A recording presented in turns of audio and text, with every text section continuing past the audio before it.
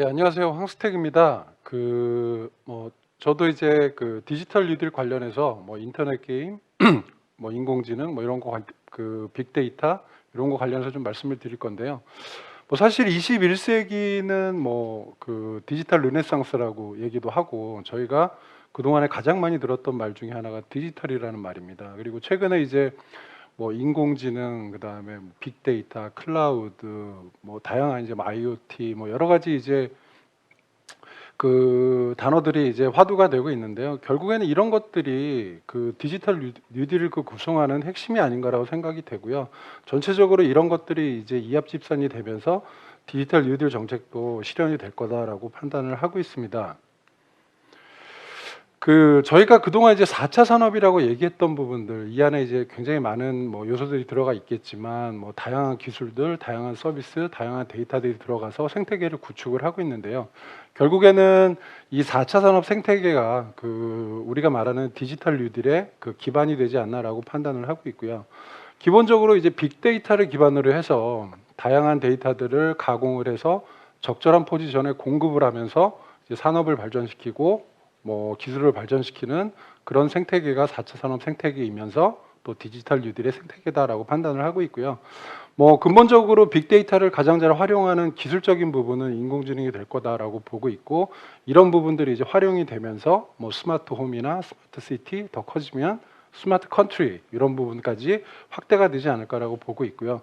뭐 요소적으로 저희가 이제 최근에 뭐 구글의 웨이모 같은 그 자율주행 관련된 얘기들도 많이 있습니다. 그래서 이런 여러 가지 이제 지형 데이터라든지 뭐 매핑 기술이라든지 비전 기술이라든지 거기에 대해 통신 기술까지 포함을 해서 이런 자율주행차 같은 기술들도 뭐 향후에 이제 현실화되지 않을까라고 예상을 하고 있는 부분이고, 뭐 에너지 관련된 부분이라든지 여러 가지 저희들이 소셜 네트워크를 통해서 여러 가지 데이터들을 확보하고 활용하는 부분도 이제 4차 산업 생태계의 한 가지다라고 보고 있습니다.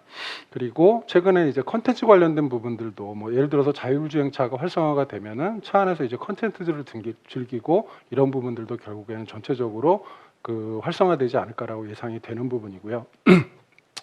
결국에는 중요한 게 이런 4차 산업 생태계가 활성화되기 위해서는 이 빅데이터라는 부분, 데이터라는 부분들이 잘 활용이 돼야 된다라고 판단을 하고 있고, 뭐 최근에 이제 네트워크 속도, 인터넷이 개발되고 네트워크 속도는 계속 빨라지고 있고 대역폭도 넓어지고 있고 이제 5G까지 들어오면서 뭐 저희들이 상상할 수 없는 속도의 데이터가 이제 흘러가고 있는 상황인데요. 뭐 그만큼 또 창출되는 데이터도 굉장히 많다라고 보시면 될 것 같아요. 그래서 16년도하고 2020년도 비교를 한번 해보면 전 세계에서 1분 동안 창출되는 데이터의 변화가 어떤가라고 보면은 구글 서치 같은 경우는 4년 동안 71% 증가를 했고요. 1분에 410만 개의 서치가 이루어지고 있다라고 보고 있고, 유튜브 같은 경우도 1분에 470만 건의 컨텐츠가 사람들한테 읽혀지고 있다라고 보시면 될 것 같습니다. 그리고 인스타그램도 마찬가지고, 예를 들어서 넷플릭스 같은 경우는 뭐 1000% 정도 증가를 했는데 1분 동안 76만 4천 시간을 시간이 소비가 되고 있다라고 보면 전체적으로 이런 데이터들의 증가가 산업 기반을 강화하고 그다음에 산업의 완성도를 높이는데 가장 중요한 역할을 하지 않을까라고 보고 있고요.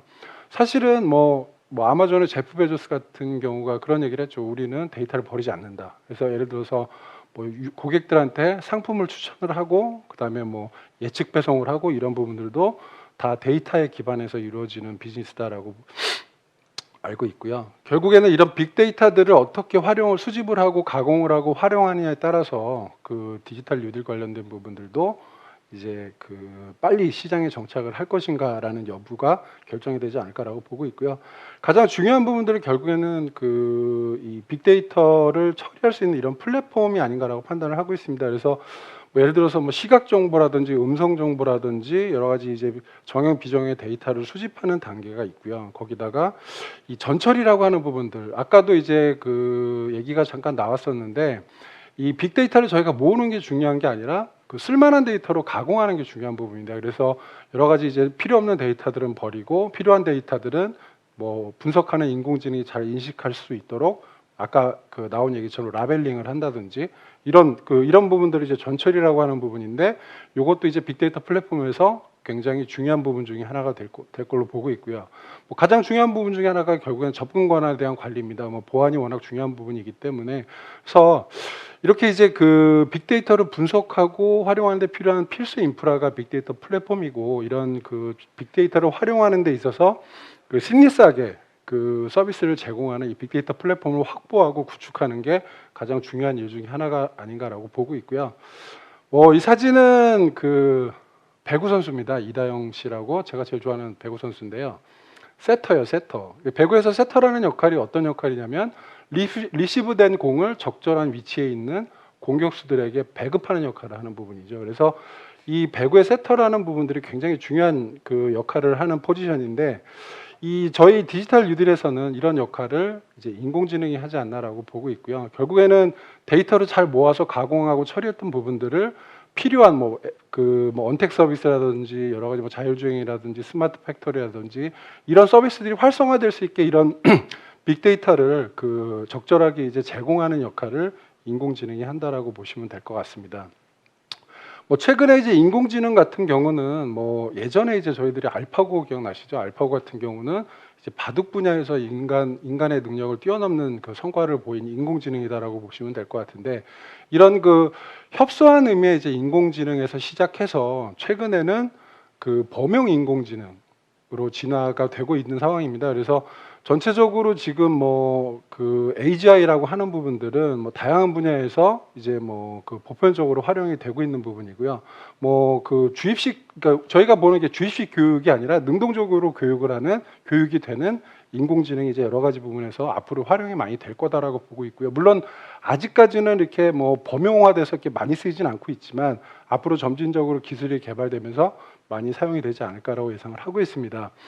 간단하게 예를 들어 보시면은 구글이 이제 인공지능 분야에서는 굉장히 앞서 나간 그 기업 중에 하나고요. 최근에 이제 구글이 문샷 프로젝트라고 해서 다양한 분야에서 인공지능 관련된 그 기술 개발을 하고 있는데 이 문샷 프로젝트의 핵심은 결국에는 그 산업 효율성하고 그다음에 환경 이 두 가지 키워드를 가지고 이제 개발이 되는 프로젝트인데요. 예를 들어서 타이달 프로젝트 같은 경우는 그 바닷속 물고기를 추적해서 그 생태계를 보호하는 게 목적이고 여기서 이제 인공지능과 컴퓨터 비전, 수중 카메라 이런 하드웨어들이 결합을 해서 이 그 바닷속 생태계에 대한 데이터를 수집하고 이거를 관찰하고 분석을 해서 어업에 활용을 하고 생태계도 보호하는 부분이 있고요. 미네랄 프로젝트라고 하는 거는 이제 그 농업에서 그 이런 센서나 로봇공학 기술을 접속해서 AI 카트를 개발을 해서 이런 부분들이 그 수집한 데이터를 활용을 해서 농업 생산 효율성을 높이고 그다음에 그 농약 사용을 감소시키면서 전체적으로 생태계를 보호하는 이런 프로젝트들이 진행이 되고 있는 상황입니다. 인공지능 부분에서는 그 아직도 당연히 이제 그 미국이 압도적인 1등이다라고 보시면 될 것 같고요. 그 다음에 중국이 또 인공지능 분야에서는 굉장히 잘하고 있는 국가 중에 하나입니다. 그래서 그 최근에 뉴스나 이런 부분들 보면은 중국이 이제 머지않아 미국의 인공지능 기술을 따라잡을 정도다라고 얘기할 정도로 빠르게 이제 그 기술이 발전하고 있는 상황이고, 그다음에 영국이 3등, 우리나라 같은 경우는 한 8등 정도 되고 있는데요. 그래도 네이버라든지 텔코들, 통신사들이나 이런 부분들의 인공지능 기술이 굉장히 빠르게 발달을 하고 있기 때문에 그 세계 상위권에 이제 근접하지 않을까라고 예상을 하고 있습니다. 반복되는 얘기일 수도 있는데 결국에는 디지털 뉴딜이라는 것 자체가 이제 인프라하고 서비스가 결합되는 부분인데 5G 네트워크를 기반으로 해서 이제 데이터 센터가 올라오고 그 위에서 이제 클라우드 서비스가 이제 활용되는 부분들이 이제 가장 저희들이 직관적으로 볼 수 있는 디지털 뉴딜 인프라의 핵심이다라고 보시면 될 것 같고요. 이 클라우드라고 하는 것들이 좀 알기 쉽게 좀 말씀을 드리면은 기본적으로 클라우드라는 거는 예를 들어서 4차 산업 기술 다양한 이제 그 인덱스한 기술들을 저희가 개발을 할 때 대형 큰 기업 삼성전자 같은 대형 기업들 같은 경우는 필요한 인프라를 자체적으로 구축해서 활용을 하겠지만 일반 중소기업이라든지 작은 기업들 같은 경우는 그 필요한 인프라를 다 이 자체적으로 조달해서 사용하기가 어렵기 때문에 결국에는 빌려 쓰거나 임대해서 쓰거나 여러 가지 이제 제휴를 통해서 활용을 하게 되는데 결국에는 그런 부분들에서 활용이 되는 게 이 클라우드 서비스고요. 종류는 그 인프라, 그다음에 파스, 사스, 이렇게 소프트웨어, 어플리케이션 이런 단계까지 이제 빌려 쓸 수 있는 그런 클라우드 서비스가 제공이 되고 있고, 아까 말씀하신 것처럼 뭐 공공 이제 모두가 같이 이제 쓸 수 있는 퍼블릭 클라우드가 있는 반면에 이제 프라이빗 클라우드 또 온프레미스 이런 것들이 또 합쳐져 있는 그 하이브리드 클라우드 이런 부분들이 서비스 형태로 제공이 되고 있다라고 보시면 될 것 같아요. 지금 국내 같은 경우도 사실은 그 글로벌하게는 뭐 잘 아시는 아마존이라든지 마이크로소프트라든지 이런 기업들이 그 클라우드 시장을 점유를 하고 있고요. 국내 시장 같은 경우도 뭐 아마존의 AWS라든지 마이크로소프트 애저라든지 이런 서비스들이 들어와서 상당히 국내 시장을 잠식하고 있는데, 결국에는 국내 기업들이 사실 그 이전까지 이제 국내에서 클라우드 쪽을 좀 잘 하고 있던 기업들은 뭐 KT라든지 그다음에 LG U+라든지 그다음에 아주 타이탄 분야에서 뭐 더존 비전이나 이런 회사들이 그 진행을 하고 있었는데, 결국에는 정부의 그 공공 클라우드 부문의 지원이 국내 클라우드 기업들의 좀 숨통을 트게 하지 않을까라고 보고 있고요. 글로벌하게 기업들의 클라우드 서비스 도입 확대 부분은 굉장히 견조하게 늘어나고 있는 부분이고, 국내 같은 경우도 클라우드 시장은 빠른 속도로 성장을 하고 있습니다. 그래서 최근에 또 그 네이버하고 카카오 이런 인터넷 플랫폼 기업들이 공격적으로 그 클라우드 서비스를 이제 시작하려고 준비를 하고 있기 때문에 뭐 시장 경쟁 구도의 변화가 좀 있지 않을까라고 예상을 하고 있습니다. 그 이제 클라우드를 넘어서 그 클라우드 위에서 결국엔 더 윗단으로 보면은 저희들이 주목해야 되는 부분이 언택 서비스인데요. 뭐 대표적으로 저희들이 보시면은 뭐 줌 비디오 같은 경우 얘기를 많이 들으셨을 텐데, 뭐 1분기 실적이 한 매출 기준으로 170% 정도 성장을 했는데 2분기에는 뭐 코로나 효과 이런 부분까지 합쳐서 한 355% 정도 성장을 했습니다. 그래서 이런 뭐 다양하게 이제 비대면 커뮤니케이션이라든지 뭐 가상화, 보안, 뭐 클라우드 이런 부분에서 이 언택트 서비스는 성장을 할 거다라고 보고 있고요. 뭐 국내 기업들 같은 경우를 보면은 뭐 네이버나 카카오 이런 인터넷 플랫폼 기업들이 뭐 클라우드라든지 여러 가지 이제 이런 언택 서비스에 있어서 뭐 시장 주도권을 좀 가지고 있다라고 판단을 하고 있는데요.